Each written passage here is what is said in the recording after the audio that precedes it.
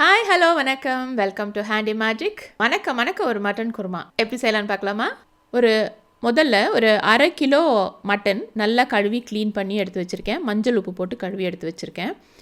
அதில் ஒரு 1/2 டீஸ்பூன் உப்பு போதும். இந்த மேரினேஷனுக்கு அது போதுமானது. அப்புறமா ஆட் பண்ணிக்கலாம். ஒரு 1/2 டீஸ்பூன் மஞ்சள், ஒரு டேபிள் ஸ்பூன் இஞ்சி பூண்டு விழுது.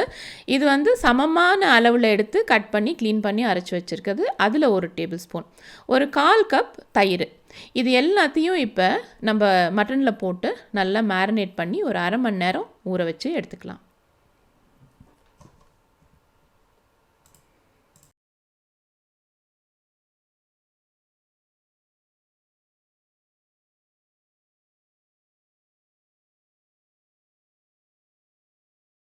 இப்போ தாளிக்கிறதுக்கு தேவையான கரம் மசாலா நான் ஹோல் மசாலா எடுத்திருக்கேன்.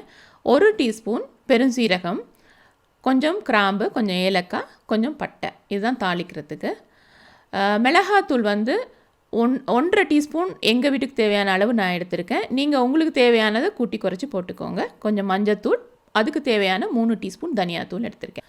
அதோடு கூட ஒரு உருளைக்கிழங்கு, இதை நல்லா கழுவிட்டு தோல் சீவிட்டு துண்டு போட்டு எடுத்து வச்சுக்குவோம். அதோட ஒரு எலுமிச்சைப்பழம், இதில் ஒரு 1/2 எலுமிச்சை சாறு தேவைப்படும், அதையும் எடுத்துக்குவோம்.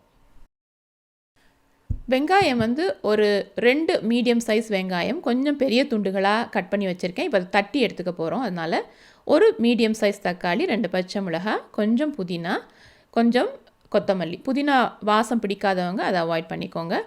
ஒரு 1/4 மூடி தேங்காய். இதை நம்ம அரைச்சி பாலாக எடுத்துக்கலாம். அடுப்பை ஆன் பண்ணி நம்ம ப்ரெஷர் குக்கரை வச்சுக்கலாம். இது பாத்திரம் கொஞ்சம் சூடான உடனே எண்ணெய் போட்டுக்கலாம். நான் இங்கே செக்கில் ஆட்டின கடலெண்ணெய் யூஸ் பண்ணுறேன். அது ஒரு குழிக்கரண்டி எண்ணெய் தேவைப்படும். அதை ஊற்றிக்கோங்க. எண்ணெய் காயட்டும். எண்ணெய் காய்ஞ்ச உடனே நம்ம தாளிக்கிறதுக்கான பொருட்களை போடுவோம். எண்ணெய் காஞ்சிருச்சு. இப்போ நம்ம தாளிக்கிறதுக்கான அத்தனை சாமானையும் போட்டுருவோம். கொஞ்சம் வதக்கி விடுங்க. நல்லா பொரியட்டும், நிறம் மாறணும், வாசனை வரணும். அதுக்கப்புறம் தான் அடுத்த பொருள் போடணும்.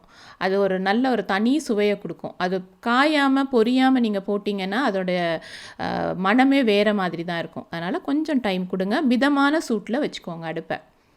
ரொம்ப ஓவராக எரிய விட வேண்டாம். வதங்கிருச்சு. இப்போ நம்ம தட்டி வச்சுருக்க வெங்காயத்தை போட்டுக்கலாம். நல்லா இதை வதக்கணும். இந்த வதக்கிற நேரம் கொஞ்சம் நேரம் ஆகும். எப்படியும் ஒரு 5-6 நிமிஷத்துக்கு மேலேயாவது ஆகும். ஏன்னா நம்ம மிதமான சூட்டில் தான் வச்சுருக்கோம். நம்ம கிளறி விட்டுட்டே இருக்கணும். கைவிடாமல் கிளறுங்க. பக்கத்துலேயே இருங்க. கொஞ்சம் நேரம் போர் அடிக்கும் அப்படின்னு ஃபீல் பண்ணிங்க அப்படின்னா நல்ல பாட்டு கேட்கலாம். என்ன மாதிரி பாட தெரியாதவங்களாக இருந்தால், பாட தெரியாதவங்களுக்கு தான் நல்ல ஒரு பாட்டு பாடுங்க சந்தோஷமாக. மட்டன் குருமா சாப்பிட போகிறோம்ல. ஸோ பாடும்போது இதில் கவனம் இருக்கணும். அதில் ஸ்ருதி தாளம் பாவம் போனால் பரவாயில்ல. நம்ம வெங்காயத்தை மிஸ் பண்ணிடக்கூடாது.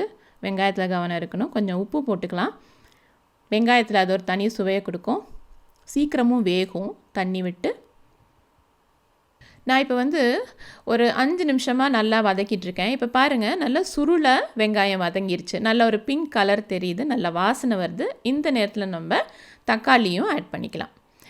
இப்போ இதையும் நல்லா கிளறணும். இதுவும் கொஞ்சம் நேரம் ஆகும். இப்போவும் நீங்கள் பாட்டு பாடலாம், பாட்டு கேட்கலாம். கூடவே நில்லுங்க. அடுப்பு மிதமான நெருப்புலையே இருக்கட்டும். இதையும் கொஞ்சம் வதக்குவோம். நல்லா வதக்கி கொடுங்க. நம்ம ரொம்ப இது இம்பார்ட்டண்ட்டான ஒரு ஸ்டெப்பு. எவ்வளோ நேரம் நம்ம வெங்காயம் தக்காளியை நல்லா வதக்கி எடுக்கிறோமோ நம்மளுடைய ரெசிபி அவ்வளோ நல்லா வரும், சுவையாக இருக்கும். இன்னொரு ஆடட் அட்வான்டேஜ், சீக்கிரமாக கெட்டும் போகாது. நம்ம இந்த வதக்கி கொடுக்குறதுல தான் அதனுடைய சுவையே நிற்கிது. அதனால் இதை டைம் எடுத்து பொறுமையாக நிதானமாக அடுப்பு பக்கத்துலேயே இருந்து கிளறி விடுங்க. இப்போ பாருங்கள், நல்ல சுருளை வதங்கிருச்சு நம்மளுடைய வெங்காயமும் தக்காளியும். இந்த ஸ்டேஜ் கண்டிப்பாக வரணும். அது வரைக்கும் கொஞ்சம் டைம் எடுத்து கிளறி விட்டுக்கோங்க. இப்போ நம்ம மேரினேட் பண்ணி வச்சுருக்கிற மட்டனை போட்டுடலாம் இதுக்குள்ளே. இப்போ இதில் மேரினேட்டட் மட்டன் இதில் எல்லாமே நம்ம போட்டிருக்கோம். இஞ்சி பூண்டு விழுது இதில் இருக்குது, கொஞ்சம் மஞ்சள் இருக்குது, கொஞ்சம் உப்பு இருக்குது. இப்போ இதையும் சேர்த்து நம்ம இந்த வெங்காய தக்காளியோட நல்லா பிரட்டி கொடுக்கலாம். இதுவும் ஒரு கொஞ்சம் நேரம் எடுக்கும். அந்த மட்டனோட நிறம் மாறணும். உப்பு நம்ம இதெல்லாம் கால்குலேட் பண்ணி உப்பு போடணும். சரிங்களா? ஏற்கனவே நம்ம கொஞ்சம் உப்பு போட்டிருக்கோம். வெங்காயத்துக்கும் கொஞ்சம் உப்பு போட்டிருக்கோம். இப்போ இதை கிளறி விடுவோம். உப்பு ஆட் பண்ணும்போது இதெல்லாம் நம்ம கவனத்தில் இருக்கணும். இந்த நிறம் மாறுற வரைக்கும் கொஞ்சம் கிளறி விடுங்க. இப்போ பாருங்கள் நல்ல சுருளாக வந்துருச்சு. இந்த ஸ்டேஜுக்கு தான் நம்ம இதை கொண்டு வரணும். இப்போ பாருங்கள் தக்காளி வெங்காயமும் கூட நல்லா கரைஞ்சிருச்சு. மட்டன் நம்ம போட்ட மட்டனோட நிறமும் மாறிடுச்சு. கொஞ்சம் வெந்த மாதிரி தெரியுது. இந்த நேரத்தில் நம்ம மிளகாத்தூள் மல்லித்தூள் எல்லாம் சேர்த்துக்கலாம். இப்போ நான் போடுற இந்த மிளகா மல்லி வந்து எனக்கு எங்கள் வீட்டுக்கு உகந்த ஒரு சுவையில் போடுறேன். நீங்கள் உங்களுக்கு தேவையான மாதிரி கொஞ்சம் கூட கூட்டி குறைச்சி போட்டுக்கோங்க.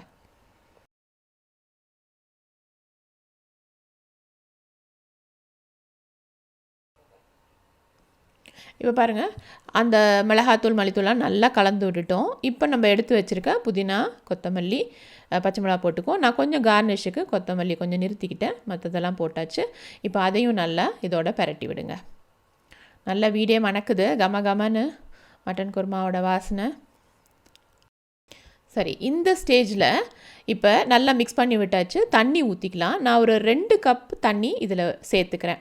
சிலர் வந்துட்டு கொஞ்சம் தண்ணியாக கிரேவி சாப்பிட்றவங்களா இருக்கலாம். அவங்க கூட ஒரு கப் ஊற்றிக்கோங்க. அதுக்கு மேலே ஊற்ற வேண்டாம். இது சரியாக இருக்கும். இப்போ இதை கிளறி விட்டுட்டு இந்த நேரத்தில் தான் நம்ம உப்பு பார்த்துக்கணும். டேஸ்ட் பண்ணி பாருங்கள். உங்களுக்கு உப்பு போதுமாக இருக்கான்னு பாருங்கள். எனக்கு கொஞ்சம் பத்தாமல் இருந்தது, நான் கொஞ்சம் ஆட் பண்ணிக்கிட்டேன். இப்போ பாருங்கள் எண்ணெய் கொஞ்சம் பிரிஞ்சு வருது வெளியில். இப்போ நம்ம போட்டிருக்க உப்பு மசாலாலாம் சரியாக இருந்தால் தான் இந்த ஸ்டேஜுக்கு வரும். இப்போ இந்த நேரத்தில் தான் நம்ம ப்ரெஷர் போட போகிறோம். ப்ரெஷர் போட்டு விசில் விடலாம். இப்போ என்னோடய குக்கரில் மட்டனுக்கு நான் நார்மலாக 5 விசில் விடுவேன். ஆனால் 4 விசிலில் இப்போ ஆஃப் பண்ணி எடுத்துக்க போகிறேன். ஏன்னா அது அந்த ஒரு விசிலில் உருளைக்கிழங்கு போட்டு நம்ம மூடி வைக்கணும். அதனால் 4 விசில். நீங்கள் உங்கள் வீட்டில் மட்டனுக்கு எத்தனை விசில் வைக்கிறீங்களோ அது மாதிரி வச்சுட்டு ஒரு விசிலுக்கு முன்னாடி ஆஃப் பண்ணி எடுத்துக்கோங்க. இப்போ என்னோடய ப்ரெஷர் அடங்கிருச்சு பாருங்கள் உள்ள. இப்போ குக்கர் திறந்து பார்ப்போம் நம்ம எப்படி இருக்குன்ட்டு. ஆஹா, பாருங்கள் சூப்பராக வெந்திருக்கும்னு நினைக்கிறேன்.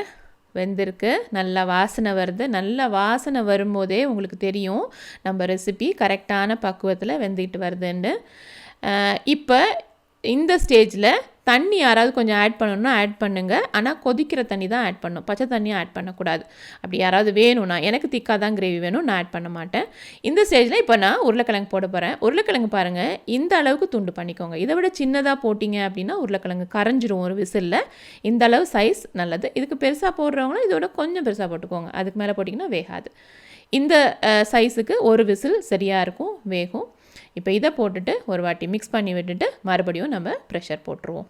ஒரு விசில் விட்டுட்டு அப்புறம் திறந்து பார்க்கலாம். இப்போ உருளைக்கிழங்கு போட்டு ஒரு விசில் அடிச்சிருச்சு, ப்ரெஷர் இறங்கிருச்சு. இப்போ திறந்து பார்க்கலாம்.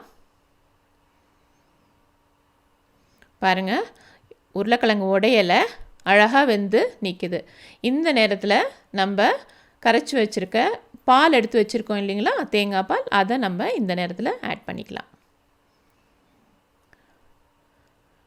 தேங்காய் பால் நிறைய நேரம் கொதிக்கக்கூடாது. ஒரே ஒரு கொதி இதை இப்படி கலந்து விட்டுட்டு ஒரு கொதி வந்த உடனே அடுப்பை ஆஃப் பண்ணிக்கலாம். இப்போ நான் அடுப்பை மறுபடியும் ஏற்ற போகிறேன். அடுப்பை ஏற்றிட்டு ஒரு கொதி வந்த உடனே அடுப்பை ஆஃப் பண்ணிடுவோம். இப்போ பாருங்கள் ஒரு கொதி வருது. இப்போ அடுப்பை ஆஃப் பண்ணிடலாம். இப்போ லாஸ்ட்டு ஸ்டெப், ஒரு அரை எலுமிச்சம்பழம் அதனுடைய சாறை நம்ம பிழிஞ்சு விட்டுக்கலாம். அடுப்பு ஆஃபில் இருக்குது. ஏன்னா எலுமிச்சம்பழமும் ரொம்ப சூடாக இருக்கும் போது பிழியக்கூடாது. இப்போ இந்த சூட்லேயே இந்த சாறு வெந்துடும், அது போதும். இப்போ இனி நம்ம குருமா ரெடி ஆயிடுச்சு. மணக்க மணக்க மட்டன் குருமா ரெடி ஆயிடுச்சு. இது நீங்கள் சப்பாத்தியோட, பரோட்டாவோட, இட்லியோட, தோசையோட, இடியாப்பத்தோட, ஆப்பத்தோட எதில் வேணாலும் சேர்த்து சாப்பிடுங்க. அசத்தலாக இருக்கும். மீண்டும் சந்திப்போம். தேங்க்ஸ் ஃபார் வாட்சிங்.